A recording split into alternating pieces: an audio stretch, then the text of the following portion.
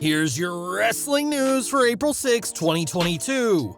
And your headlines for today include Samoa Joe match announced for AEW Dynamite this week, interesting last-minute details concerning Bron Breakker's WWE NXT title win, Ronda Rousey faces major embarrassment, referred to as a joke, Cody Rhodes says he felt he and Tony Khan were drifting apart, what happened with Brock Lesnar immediately after WrestleMania 38, Tony Khan blasted for wasting all of Jay Lethal's potential, WWE passed on several WrestleMania pitches for Bayley, Kimber called out for lying about allegations of abuse against Nash Carter, backstage rumor on why The Miz turned on Logan Paul at WrestleMania 38, and more.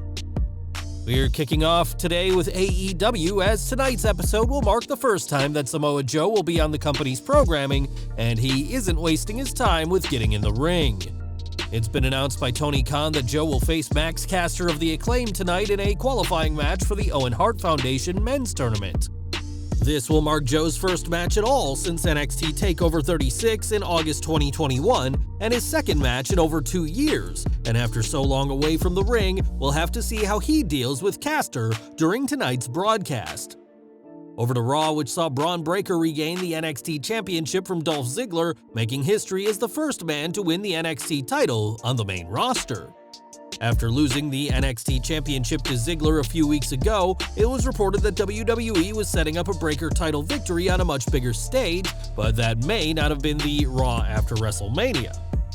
On Wrestling Observer Radio, Brian Alvarez suggested that the title change was a last-minute decision by WWE, as throughout the show and after, they aired commercials for NXT 2.0 in which Ziggler was promoted as champion.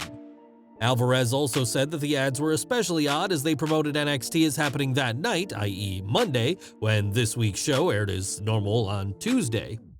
On last night's show, Breakker appeared, but his father, Rick Steiner, was kidnapped by Joe Gacy, and time will tell how this latest reign goes for the second-generation superstar. In January, Ronda Rousey returned to WWE to win the Women's Royal Rumble match after having a dominant rookie year from 2018 to 2019. Before coming to the company, Rousey was a huge star for UFC, but left the company following back-to-back losses in 2016. Before those losses, Rousey was considered one of the biggest draws and best stars in UFC, but in an interview with MMA Hour this week, women's bantamweight champion Juliana Pena trashed Rousey's legacy. Ronda is so old news, right? She got knocked out twice and never came back. So how legit is she? She's kind of a joke in the MMA world now because she's what is the word? Sellout. Like, a little bit of a sellout there. I mean, I guess I understand, right? Wrestling is fake and you get paid millions of dollars? Pena ended her attack by saying she'll gladly face the WWE superstar in the Octagon if she ever wants to fight again, but after nearly 6 years away and a thriving pro wrestling career, don't expect to see this fight ever take place. WrestleMania 38 didn't go as Rousey had hoped, as she lost her second match in WWE ever, but the April 2nd event did see the return of Cody Rhodes, mere weeks after announcing his departure from AEW. While Rhodes' return was a well-known secret, it was still a huge moment for everyone involved, especially considering how loyal he was to AEW. Speaking to BT Sport this week, Rhodes discussed his decision to leave the promotion he founded, saying he didn't want to be seen as a gatekeeper who new stars had to first feud with before really making it on the roster. Addressing the stipulation that he couldn't challenge for the AEW World title, Rhodes said he had nothing else to accomplish in AEW other than be a 15-time TNT champion, which would be an impressive stat, but one he didn't need. Since leaving, both Khan and Rhodes have said that a personal matter was a factor in his decision to leave, but neither have gone into detail as to what that matter is.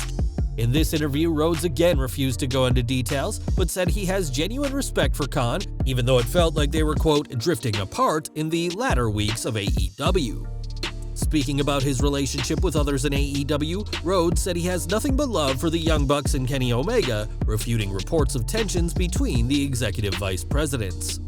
Rhodes ended his interview by saying he hopes that the others don't sit in circles and hate on him, but he can't say for sure, but he knows they won't be doing that. Cody has said that now that he's done with AEW, he isn't looking for any kind of backstage management role in wrestling again, and it'll be interesting to see how Cody Rhodes, the WWE superstar, fares now that he's back, and a much bigger star than ever before. On WrestleMania Sunday, Brock Lesnar hoped to unify the WWE and Universal Championships, but like countless names before him, the Beast Incarnate fell to Roman Reigns.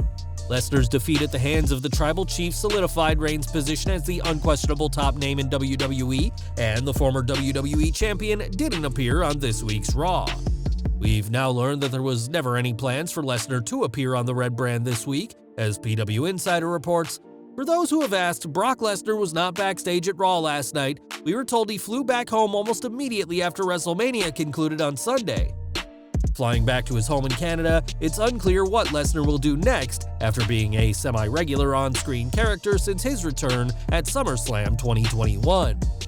Lesnar has reportedly been scheduled for both WrestleMania Backlash next month and Money in the Bank after, in what will no doubt be some high-profile matches for Lesnar despite the setback at WrestleMania 38. At AEW Full Gear 2021, Jay Lethal debuted for AEW in a huge signing for the All Elite promotion. A huge name from TNA and Ring of Honor, even Jim Cornette couldn't help but praise Tony Khan for the deal, while blasting WWE for letting AEW sign Lethal in the first place. It appears that Cornette's views have changed after the past few months though, as on his podcast, the controversial wrestling personality bashed Tony Khan for what he believes is wasting Lethal's potential. AEW has managed to waste literally all the potential Jay Lethal had on their main television program. When they brought him in, signed him, had no plan whatsoever. Just put him on TV and beat him immediately, then disappeared him, then brought him back and beat him a couple more times. Speaking about Lethal's recent match with Jon Moxley, who was referred to as a plumber, Cornette said that AEW has no idea what they're doing and will be sending him back to Ring of Honor. He added that the fans in attendance are feeling sorry for Lethal, who they want to see do better than what AEW has given him so far. It remains to be seen how Lethal's recent heel turn goes for him, but despite a world of potential when he joined last year, Jim Cornette isn't impressed by what fans have seen so far. We're heading back to 2021 now, as WrestleMania 37 was WWE's first event in over a year with live fans who didn't get to see a match with Bayley. Despite being one of the company's best and most reliable stars throughout the Performance Center Thunderdome era, Bayley didn't get a match and was instead relegated to a one-off appearance featuring the Bella Twins. It turns out that this wasn't WWE's only option for the former SmackDown Women's Champion, as according to Fightful Select, WWE had at one point hoped for Bayley to have some altercation with Becky Lynch at the Show of Shows. Lynch had been absent for nearly a year at this point, and when asked at the time, said Bayley deserved a moment. That being said, Lynch also joked that WWE would need something bigger than the role model for her to return 4 months after giving birth. Lynch wasn't the only idea pitched, as writers also considered having Bayley co-host WrestleMania 37 alongside Hulk Hogan and Titus O'Neil, as well as ideas for her to host a Mania edition of her talk show, Ding Dong Hello. While WWE reportedly always saw value in Bayley, these ideas were passed on, and she's yet to be cleared after suffering an ankle injury last year.